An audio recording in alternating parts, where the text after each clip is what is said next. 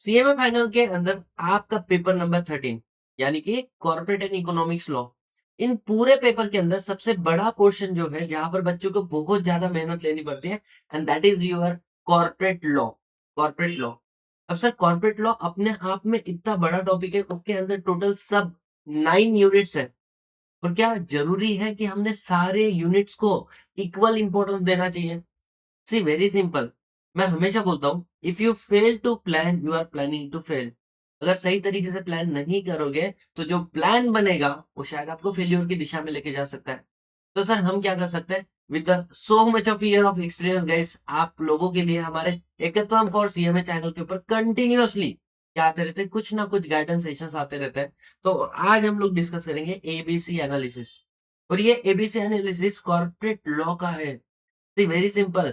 मैं अगर चाहूंगा तो आप लोगों का पेपर नंबर 13 का पूरा एबीसी एनालिसिस लेकर आ सकता था। लेकिन बोलते हैं well be beginning is half done. अगर शुरुआत सही होगी तो अंत डेफिनेटली भला ही होगा।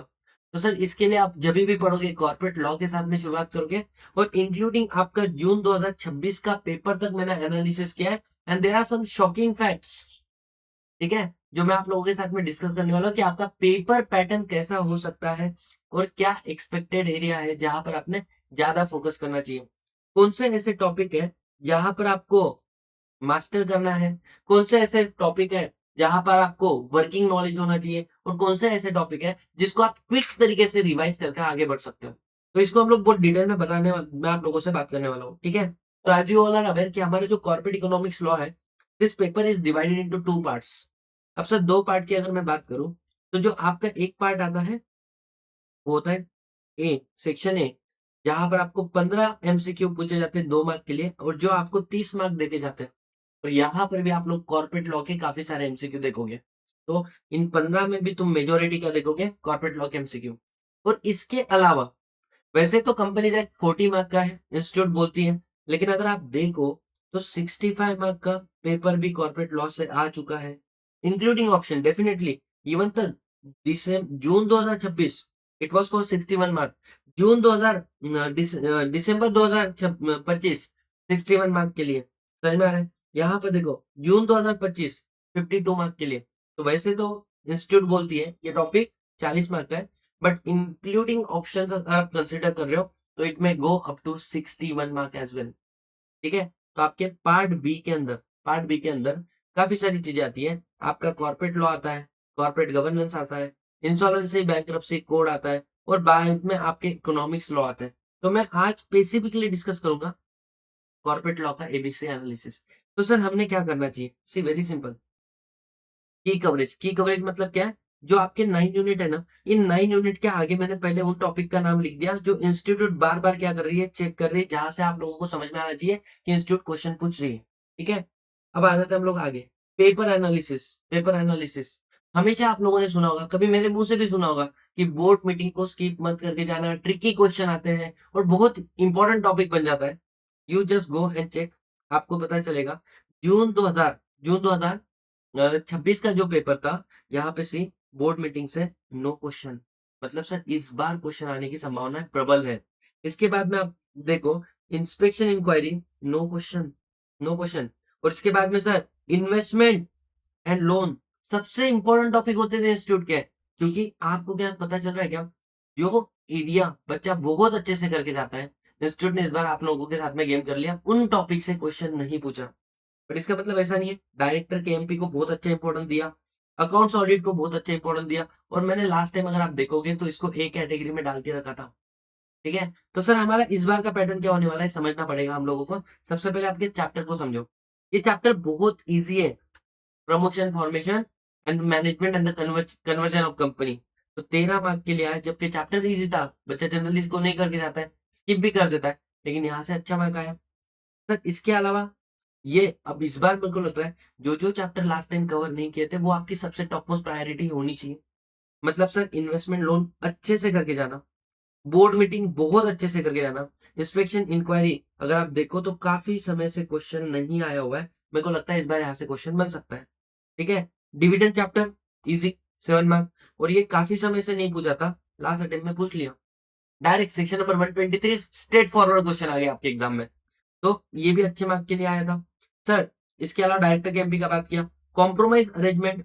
अब मैं आपको एक बात बताऊं क्या, कॉम्प्रोमाइज अरेंजमेंट के अंदर बहुत अच्छे अमेंडमेंट आए, लेकिन इन्होंने अमेंडमेंट के ऊपर क्वेश्चन नहीं पूछे। और क्या आपको पता है आपके सीएमए फाइनल के अंदर आपको लग रहा है जून 2026 के लिए अमेंडमेंट नहीं है? गैस मेरा एक्सेल शीट यहाँ पे एक पीडीएफ रेडी हो चुका है, जून 2026 के लिए क्या अमेंडमेंट है। और अगर मैं आपको बताऊं, आपके इंसॉल्वेंसी बैंक्रप्सी कोड के अंदर काफी ज्यादा अमेंडमेंट है। देयर आर टोटल 60 सेक्शन जो अमेंड हो चुके हैं, ठीक है। तो insolvency bankruptcy code amendment act 2026 पास हुआ है, जो आप लोगों के लिए एप्लीकेबल है, जो आप लोगों के लिए देखो यहाँ पे तारीख दिया है ना, प्रेसिडेंट का कंसेंट कब मिला वगैरह वगैरह, ये सारी बातें। तो काफी सारे अमेंडमेंट है जो मैं आप लोगों के अलग से कवर करने वाला हूँ। तो अब यहाँ पे आते हैं हम लोग, कॉम्प्रोमाइज अरेंजमेंट कंटिन्यू, आप इसको पकड़ के चलो, ये 7 मार्क के लिए तो आएगा, ठीक है। उसके बाद में गए ऑपरेशन मिसमैनेजमेंट, कितना इंपॉर्टेंट चैप्टर है बट क्वेश्चन नहीं आया, ठीक है। तो अब सर अब क्या करना चाहिए, अब क्या करना चाहिए? सबसे पहले हम बात करेंगे नॉलेज पॉइंट ऑफ व्यू पे, ठीक है, कि सर आपको जिस चैप्टर पे भयंकर कमांड चाहिए, मतलब ऐसा नहीं कि ठीक है इस बार क्वेश्चन नहीं आया होगा, बट वहां का नॉलेज आपको बहुत इंपॉर्टेंट है। और एग्जाम में अगर गलती से क्वेश्चन आया ना, भर भर के क्वेश्चन आ सकते हैं। तो सर आपको डायरेक्टर केएमपी चैप्टर बहुत अच्छे से पढ़ना है, 1.5। सर इसके अलावा आपका बोर्ड मीटिंग चैप्टर वो भी आपको बहुत डिटेल में पढ़ना पड़ेगा। सर प्रमोशन फॉर्मेशन हम लोग इग्नोर करते हैं, लेकिन हमने देखा वो इंपॉर्टेंट है, ठीक है। नॉलेज अच्छी होनी चाहिए, मास्टर होनी चाहिए इस चैप्टर के अंदर। Accounts and audit, accounts and audit, ये सारे चैप्टर में आपका कमांड होना चाहिए, एक एक सेक्शन आपको सब कुछ लर्न होना चाहिए, ठीक है। और कंसेप्चुअली जब तुम चीजों को क्लियर करते हो तो ये सारी चीजें बहुत अच्छे से याद हो जाती है। सर स्ट्रॉन्ग वर्किंग नॉलेज होना चाहिए, मतलब किसका? 1.2 आपका loan investment, operation mismanagement, compromise अमल कमीशन। और बाकी चैप्टर जो है वो आप उसको क्विक रिवीजन में डाल सकते हो, उसके रिवीजन लेक्चर भी देखकर आप अपने मैटर को क्या कर सकते हो, प्रॉब्लम को सॉल्व कर सकते हो, ठीक है। अब sir ABC analysis, ABC analysis जो मैंने अभी आप लोगों को बताया कि केएमपी डायरेक्टर को एक कैटेगरी में पकड़ो, 6 पेपर का एनालिसिस बोलता है, 67 मार्क का है। सर इसके बाद में बोर्ड मीटिंग 58 मार्क का, मतलब ये देखो ये कभी अगर एग्जाम में नहीं आएंगे नहीं आएंगे, बट इनका इंपॉर्टेंस खत्म नहीं होता है। शेयर मार्केट का बैंड बजाओ, लेकिन मेरे कुछ शेयर ऐसे हैं जो डिफेंसिव स्टॉक है, वो बहुत अच्छा रिटर्न दे रहे हैं। उसी तरीके से ये चैप्टर है आपके formation and accounts and audit. तो आप जब भी पढ़ने के लिए बैठो, start with this, this, this and this. मतलब पहले बोर्ड मीटिंग वाला पढ़ेंगे, बोर्ड ऑफ डायरेक्टर पढ़ेंगे, बोर्ड मीटिंग पढ़ेंगे, फिर आप लोग ऑडिट वगैरह वाला चैप्टर पढ़ेंगे, और उसके बाद में आप लोग फॉर्मेशन वाला चैप्टर पढ़ेंगे। जैसे ही आपका ये वाला चैप्टर हो गया, अब उठाओ आप क्या, आपका इन्वेस्टमेंट एंड लोन वाला, जिसमें डिपॉजिट के भी प्रोविजन आ जाते हैं।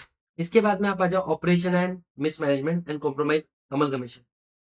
ये होने के बाद में आप डिविडेंड इंस्पेक्शन इंक्वायरी को क्या देते हो, समय दे दो। So this is what your category, मतलब जब शुरुआत कर रहे हो तो किस तरीके से आपको शुरुआत करना, क्या आपका सही सीक्वेंस होना चाहिए, वो मैंने आप लोगों को बताया। और सर हमको ये वाला पीडीएफ कहाँ पे मिलेगा? आपको यहाँ पे डिटेल एनालिसिस कैटेगरी ए में कितने मार्क का क्वेश्चन पूछा है, किस टॉपिक से क्वेश्चन पूछा है, सब कुछ डिटेल एनालिसिस करके दिया हुआ है हम लोगों ने, ठीक है। अब इसके अंदर जो भर भर के क्वेश्चन आते हैं, तो ये भी यहाँ पे ऑलमोस्ट एवरी क्वेश्चन पेपर आपको एमसीक्यू दिख जाएगा। इसमें डायरेक्टर और केएमपी के ऊपर, independent director, women director applicability के ऊपर क्वेश्चन दिखेगा। एप्लीकेबिलिटी मतलब पेड अप कितना होना चाहिए, टर्न ओवर कितना होना चाहिए, 100 crore, 300 crore. Appointment of additional director, nominee director, या फिर director not liable to retire by rotation, मतलब rotation section number 152 subsection 3। Section number 160 candidateship for the director, वहां से क्वेश्चन आता है। Sir holding office more than one company, ठीक है, तो as a KMP section number 203 से क्वेश्चन आता है। और validity of act of the director 176, अगर डायरेक्टर का अपॉइंटमेंट गलत तरीके से हुआ है तो वो सारी चीजें। सर बोर्ड मीटिंग के अंदर कॉरम के ऊपर आपको, कैलकुलेशन के ऊपर आपको क्वेश्चन दिखेगा। In every attempt along with the short notice, मतलब shorter notice of board meeting जो होता है वहां पर क्वेश्चन मिलता है। वीडियो कॉन्फ्रेंसिंग से वैलिडिटी से लेकर आपको प्रैक्टिकल केस स्टडी देखने को मिलेंगी। मिनट्स एंड रजिस्टर, वैसे देखा जाए तो ये है ना, आपके कौन से टॉपिक सेक्शन है, section number 88, section number 94, section number 95, section number 118, ये भी क्वेश्चन आपके एग्जाम में आते हैं, ठीक है। कमिटी 177, उसके बाद में रिलेटेड पार्टी ट्रांजेक्शन 188, है ना, ये सारे एग्जाम में इंपॉर्टेंट है।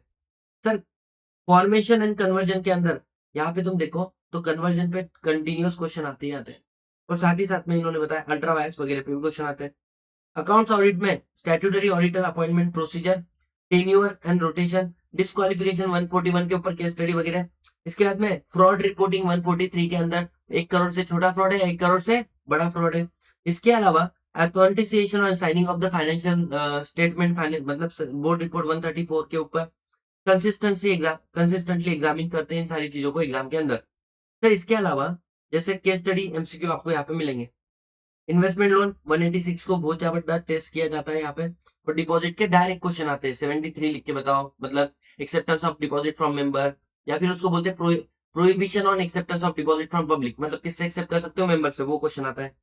फिर ऑपरेशन मिसमैनेजमेंट, तो यहाँ पे 241 के अंदर आपके पास अधिकार है एनसीएलटी के पास जाने के लिए, लेकिन आप 244 के अंदर क्या होने चाहिए, एलिजिबल होने चाहिए। यहाँ से क्वेश्चन आपको देखने को मिलेगा, और इसके एक्सेप्शन फॉस वर्सेस हॉर्बिटल केस के, वो सारी चीजें कि कौन से केस में फॉस वर्सेस हॉर्बिटल क्या बोलता है, मेजोरिटी जो है वो माइनॉरिटी के ऊपर, मेजोरिटी का डिसीजन माइनॉरिटी पे बाइंडिंग रहेगा, माइनॉरिटी उसको चैलेंज नहीं कर सकते, अगर चैलेंज करना है तो कंपनी करेगी। बट ऐसे कौन से केसेस हैं जहां पर ये वाला जो बेसिक प्रिंसिपल है ना काम नहीं करेगा। इसके बाद में कॉम्प्रोमाइज अरेंजमेंट, तो सेक्शन 230 232 मतलब कॉम्प्रोमाइज अरेंजमेंट और अमलगमेशन वाला सेक्शन। 237 गाइस आपका amalgamation, general public general interest के अंदर ये वाला। तो ये क्वेश्चन रफली इन्होंने पूछे गए हैं काफी बार एग्जाम के अंदर। तो आपका वर्किंग नॉलेज कैसा होना चाहिए, क्या कैसा होना चाहिए, ये मैंने आप लोगों को गाइड कर दिया। अगर आप चाहते हो कि मैं एक ABC एनालिसिस वीडियो बनाऊं, किसका, फुल सिलेबस का, है ना, तो कमेंट जरूर करना, है ना, ABC analysis of paper number 13 corporate economics law, and I will be coming with another video जहां पर मैं आप लोगों के साथ में डिस्कस करूंगा क्या, ABC analysis of entire subject. मुझे लगता है कंपनी लॉ बहुत ज्यादा मैटर करता है, बहुत ज्यादा इंपॉर्टेंट होता है, और जब हम लोग पढ़ाते हैं तो सबसे ज्यादा समय भी आपका ये टॉपिक ही लेता है। सर आपने CSR नहीं बोला, बिकॉज वो कॉर्पोरेट गवर्नेंस के अंदर अलग से इंक्लूड किया हुआ है, तो इसलिए मैंने CSR का टॉपिक यहाँ पर नहीं छोड़ा अकाउंट्स ऑफ कंपनी वाले चैप्टर के अंदर। ठीक है, तो guys wish you all the very best. अब मिलते हैं अगले वीडियो में, तब तक के लिए take care, bye bye, see you all in the next video.